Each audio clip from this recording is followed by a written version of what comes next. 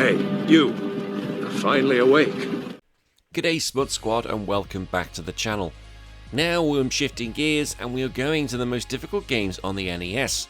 Now I know I've done a similar video to this when I first started doing these YouTube videos, but I'd like to think I've got a little bit better at making these now, and there are still plenty of games I need to talk about. So today I'm going to be going through more games which I think are bloody difficult for the NES. Before we go any further, if you think I deserve it, please remember to hit that like, hype and subscribe button, as well as listen to the weekly podcast and join our free Discord. As always with these lists, there are plenty of games which I've not talked about, so you need to let me know in the comments why I should be talking about other games, and also let me know what you think is the most difficult game for the NES. Right, let's get into it, shall we? The most difficult games for the NES. Contra. Yes, we all know Contra was going to be on here, and it's literally the gold standard for what we define as NES hard. And it's not just difficult because of a single mechanic, it's that perfect storm of technical limitations, aggressive enemy design, and a complete lack of player safety nets. Now, I previously described it on the last video I talked about Super Nintendo games, that if one bullet grazes your dick, you die, and that's the best way of putting it. Well, I don't think that's how Konami probably put it on their, instruction manual, one graze to your dick that you die, but it's either you're alive or you're dead. That single stray pixel, or if you just happen to touch an enemy, you're dead. And combined with the fact you only start with 3 lives, basically the margin for error is essentially 0. And I imagine a lot of people playing these games back in the day would have been like, what the fuck? Mario is a bit friendlier than this. And the game also has this trigger-based spawning system, and the enemies don't just basically exist in set locations, they offer spawning based on your horizontal position on the screen, which is really mean. So if you move forward too quickly, the game's going to spawn a runner behind you while simultaneously firing you from the front. That's just not fair. And then there's sections where basically there's an infinite spawn until you move forward. So the game constantly says, you've got to keep going, sunshine, like lighting a fire up your arse. I could really appreciate this.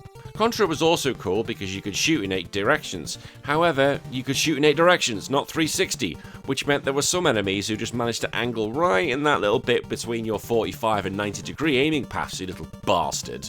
And with the jumping, yeah, your momentum is pretty much fixed. This isn't Sonic or Mario where you can somehow change midair, which makes no sense in the physics world. So basically when you jump, if you're going to be landing on an enemy, tough shit, you dying. There's also vertical scrolling stages like base or waterfall, which means falling off the bottom of the screen is an instant death. Yeah, so this game hates you. But then when you look at walkthroughs, it can be finished in like 20 minutes or something, which is just stupid. There's no way I'm getting that good, and there's no way I'm finishing without save states. And also, when you die, you lose your power-ups. Now, I talked about this previously, you lose the spread gun, because that's the only gun you want to have. And then basically you're going back to your game little pea shooter. And I talked about this in the last video. We've got the Konami code. Use the Konami code. It takes your lives from 3 to 30. Now, for most players in the 80s, this is probably how you finish the game, because the game's bloody that hard, you had no chance of seeing the final boss with just 3 lives. And having that 30 life, or extra 27 lives, was like a life jacket being thrown over you while you're drowning. Again, there'll be people on here going, well, I'm actually doing it without ever getting here, I'm that good. Well, if you are that good, go butter me toast for me, thank you very much. Kid Icarus. Now, I've not really spoke about Kid Icarus on the channel, and it's a bit of a shame because, well, there's only 3 of them? 3 games? Which is ridiculous when it comes about it. You think there should be more of these games. There really should. But the first one was considered a sister game to Metroid, just because it came from the same developers. But really, it's not the same. It's nothing like it. Metroid's all about exploration. This game is just about dying. Yes, all that cutesy art style gives across. This is a very, very difficult game. Because, well, let's be honest, although Pit has wings and he's meant to be somewhat of an angel, if he fires up the vertical levels and then somehow falls down, he's dead. Yes, the screen doesn't go back up like it was in Super Mario Bros. 2, which seems stupid, more so because he has wings. And his main weapon, his bow and arrow, has got a terrible range. So don't think you're going to be killing enemies off with that little pea-poo thing. And by the end of the game, enemies are coming at you left, right, centre, and the game just basically becomes a shit show. If you don't use the magic code to get all the 3 special items, well then you're probably going to die. A lot. Mike Tyson's Punch-Out! Now, I talked about Super Punch-Out on the last video, so it makes sense to be talking about Mike Tyson's Punch-Out here. Now, it's not actually a sports game, it's a rhythmic puzzle game. Yeah, because you need to know the patterns of your enemies and then you basically react to it. That's how this game works. Now, the game does start by teaching you that it's quite an easy game to learn, and few of the first opponents are quite slow and they're predictable and basically begging you to hit them. But by the time you've reached Shadow Pompitsky or Mr. Sandman, the game has expected you to have mastered the frame-perfect dodging, which it really didn't train you for in the early stages. Now, I'm not going to go through the rest of the game because we all know where we're going with this. Mike Tyson. Purely one of the hardest bosses, if not the hardest boss of all time. Now, some of you have previously commented on my NES hardest bosses and that Mike Tyson wasn't that difficult. Come on. Yes, if you can do it, then fantastic. Well done. Some of us are still wiping our arse in the toilet, not having a chance because we pooed ourselves facing him so much. So the game finishes, you have to fight Mike Tyson, or Mr. Dream in later versions, stupid name, in a legendary spike in difficulty. So for the first 90 seconds of the fight, every single one of Tyson's uppercuts results in instant knockdown. Even if you've got full health, you're basically KO'd. And let's be honest here, if Mike Tyson hit me at full health, like as I am right now, I'm getting knocked out. There's no way I'm taking a punch from him, even at his age now. He'd still obliterate my jaw. And when you do think you're getting the hang of his uppercuts and you're getting the rhythm down, you feel, okay, this is okay, he decides to switch to lightning fast jabs that require a completely different dodge mechanic. Thanks, game! Really appreciate that. All the while Mario's sitting there laughing his head off to the bank, knowing, haha, I got a cameo fee for this and you get absolutely nothing. Thanks, Mario. The Adventures of Bayou Billy. Now, a lot of people have actually told me about how difficult this game is. Bayou Billy is a bit of a standout when it comes to the beat-em-up genre. Like, it has that standard scrolling like Double Dragon, but then it decides to mix other games in. There's first-person shooting stages, but what makes this game particularly difficult is the driving sections. Now, you have high-speed Jeep chases that feel like a swampy version of Rod Racer and probably Battletoads, to be honest. Now, a few of you may go, well, actually, it's not as bad as that, and with a bit of trial and error, you can actually memorize all the patterns, and it's nowhere near as hard as Battletoads. Well, I don't care. I haven't got a lot of time to do trial and error, so I fail. Literally, what do they think this was going to be? I imagine if you've been playing this for a while, you'll be able to do the driving sections no problem, but for someone like me who's barely played the thing, I'll be crying myself to sleep. Yeah, thanks, Konami. Code Viper. Now, this is Capcom's polished drug war themed love letter to secret agents, and it's often called a Rolling Thunder clone because it looks exactly the same. You may as well call it that, because the gameplay loop is nearly identical. You move through levels with two planes, the floor and the higher ledge, and you can jump on the higher ledge or drop down at any time. And within the doors you can find items, ammo and hostages. Now, the Capcom polish, while it's a clone, many fans actually argue it's better than the NES port of Rolling Thunder, as the controls are better, and unlike the original you can actually aim and shoot while jumping and change directions mid-air.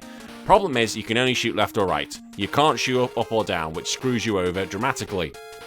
And the enemy damage is incredible. If the enemy shoots you and gets you, you're dead. In one, bye-bye. Suppose that makes sense with a bullet. But if they touch you, you lose half your health, which makes no sense at all. And by the end of the game, you just get loads of enemies thrown at you in instant death pits, which is just fun. And the problem is, you can't rely on trial and error, like basically memorizing where all the enemies are. That's because the game randomizes each run, so yeah. This is just a get your reflexes good and hope to God you can finish it.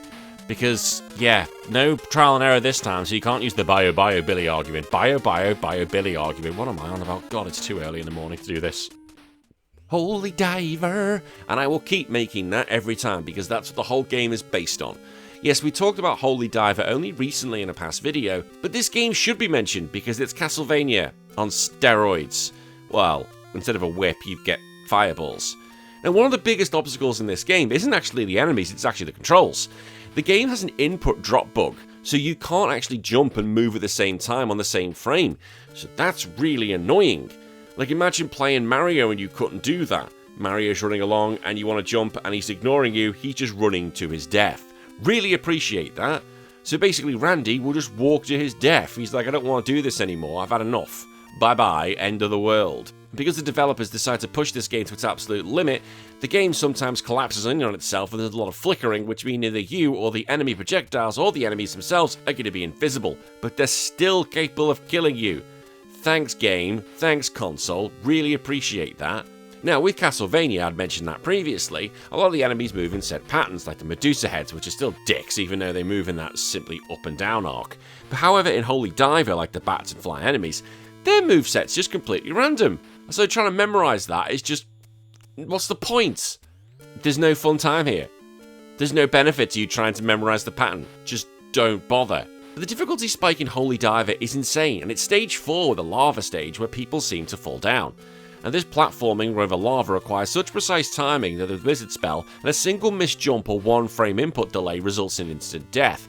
And considering the fact that you've got that lag, that you can't run and jump, yeah, really appreciate that. And finally, The Simpsons Bart vs. the Space Mutants. Like, I actually hate this game. I actually hate this game. The fact that on the NES version the jumping mechanics are ridiculous because the run and the jump button are mapped to the A button, which is a farce. It's also a very obtuse puzzle game, like even the first level, how to get rid of every purple object on the screen, but the game really doesn't tell you how to do it.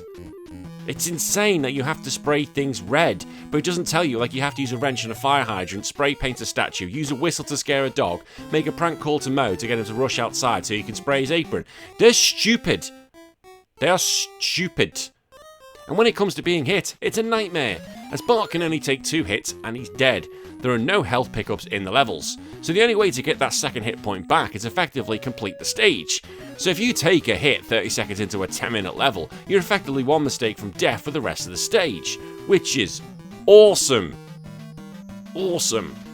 And Bart is also very greasy, he's very slippery the whole time. It's like he's walking on ice, and I do not like that in what's meant to be a platformer.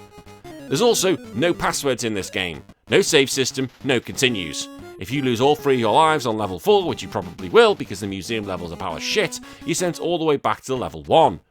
Honestly, I have finished this game, but I'm not going to lie, I played the Mega Drive version and I did it with save states. That's the only way I did this game. And the only reason people stuck with this was because I had that Simpson charm. That's the only way. Otherwise, you would have threw this in the bin straight away, and if your gran bought it for you for Christmas, you would have given her a slap. Sorry, Nana, I do love you, rest in peace. And that is it. 7 really difficult games for the NES. As always, let me know what you think and if it's one I need to talk about. I'll see you all in a few days. You take care of yourself. My name's been Danny. Follow your dreams.